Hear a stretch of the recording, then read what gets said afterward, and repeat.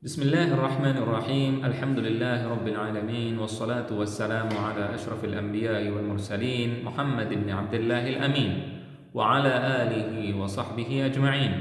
Amma ba'd.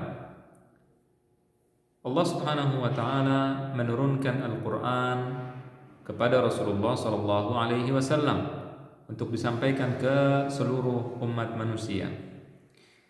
Dan cara manusia memahami Al-Quran, cara orang-orang yang diberikan kepadanya dan diturunkan kepadanya Al-Quranul Karim untuk memahaminya adalah dengan sebuah ilmu yang dinamakan oleh para ulama dengan ilmu tafsir. Apa itu ilmu tafsir? Dan bagaimana cara kita memahami Al-Quran sebagaimana dijelaskan di dalam tafsir? InsyaAllah ini yang akan kita bahas pada pelajaran kita kali ini insyaallah ta'ala.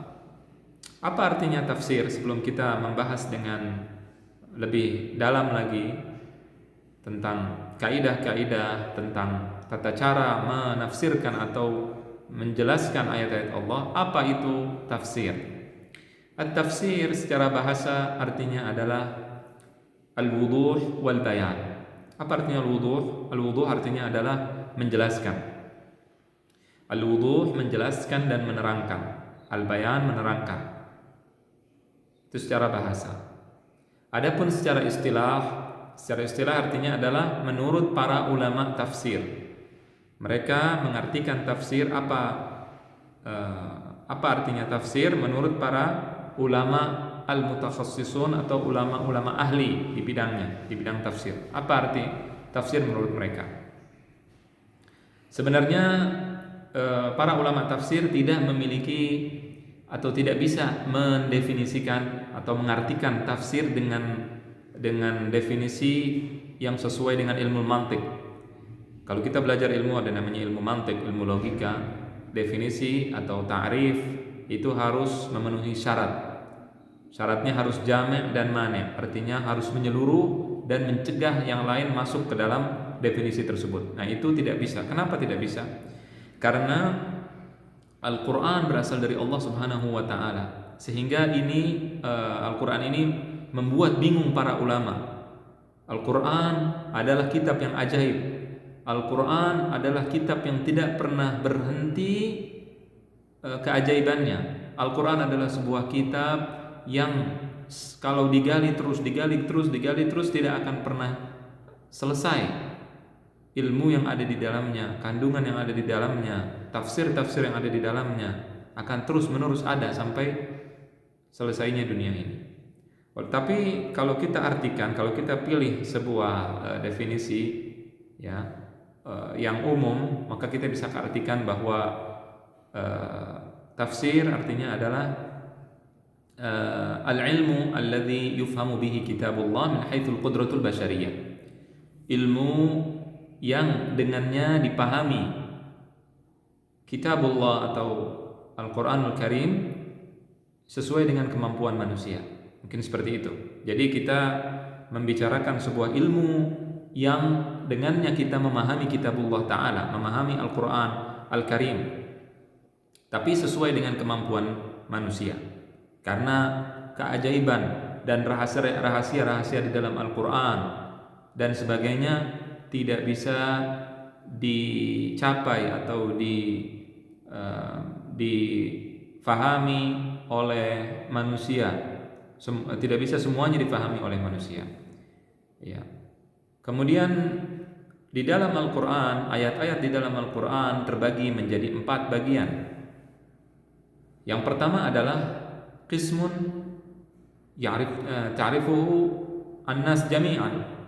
Ada satu bagian yang diketahui oleh semua orang. Ketika Allah berfirman, "Qul huwallahu ahad," katakanlah wahai Rasulullah dan juga para pengikutnya, Allahu ahad, bahwasannya Allah itu esa. Katakanlah, kita sampaikan kepada seluruh manusia bahwasannya Allah itu esa, tidak diperanakan, tidak memiliki anak dan tidak diperanakan dan seterusnya. Itu dipahami oleh semua orang. Kemudian ada ayat Al-Quran qismun ta'rifuhu al-Arab, yang diketahui dan dipahami oleh orang Arab atau orang yang bisa bahasa Arab, yang mempelajari bahasa Arab. Ada ilmu-ilmu bahasa Arab yang harus dikuasai untuk bisa memahami sebagian ayat Al-Quran. Seperti firman Allah, tajri bi a'yunina, perahu jalan dengan mata kami. Apa yang dimaksud jalan dengan mata kami? Apakah berjalan di atas mata? Nah, ini bukan seperti itu maksudnya. Ini dipelajari oleh orang-orang yang harus belajar bahasa Arab, mempelajari ilmu balaghah, mempelajari ilmu nahwu, ilmu sharaf, ilmu bahasa Arab dan sebagainya, baru dia bisa memahami ayat-ayat tersebut. Kemudian berikutnya adalah qismun ya'rifuhul ulama. Sebagian adalah yang diketahui oleh para ulama. Para ulama mengetahui dan juga berijtihad, ya, atau berpendapat di dalam ayat-ayat tersebut karena memiliki beberapa versi atau beberapa tafsir, multi tafsir, seperti yang sudah kita jelaskan dalam pelajaran fikih.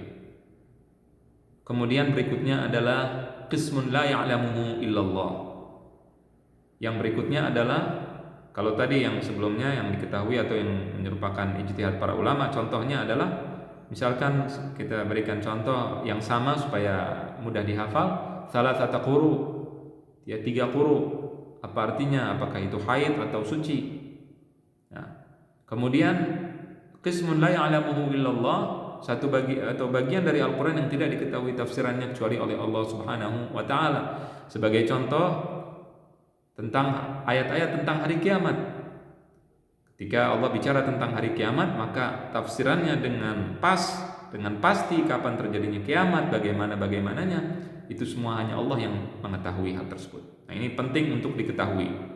Oleh karena itu, jika ada orang mengatakan, kadang-kadang ada orang mengatakan Al-Quran tidak ada yang bisa menafsirkan kecuali Allah. Perkataan itu benar kalau ditempatkan pada tempat yang benar, yaitu pada ayat-ayat yang tidak bisa ditafsirkan oleh Allah kecuali oleh Allah Subhanahu wa taala saja. Tapi kalau ayat qul huwallahu ahad atau ayat-ayat yang jelas, kemudian dia mengatakan hanya Allah yang tahu, maka itu salah. Allah mengatakan innamal khamru wal maisiru wal ansabu wal azlamu rijsun min amali syaitan fajtanibuhu la'allakum tuflihun. Ayat-ayat tentang misalkan minuman keras, bahwa minuman keras hukumnya haram, tidak boleh, disuruh menjauhi dan sebagainya. Dengan sangat jelas Allah menjelaskan hal tersebut. Daging babi haram, kemudian kita katakan hanya Allah yang tahu tafsirnya, itu adalah sebuah kebatilan, sebuah kesalahan dan sebuah penyesatan. Jadi harus hati-hati. Nah, di sini insya Allah kita akan mempelajari kaidah-kaidah bagaimana mengetahui tafsir yang benar dan tafsir yang tidak benar.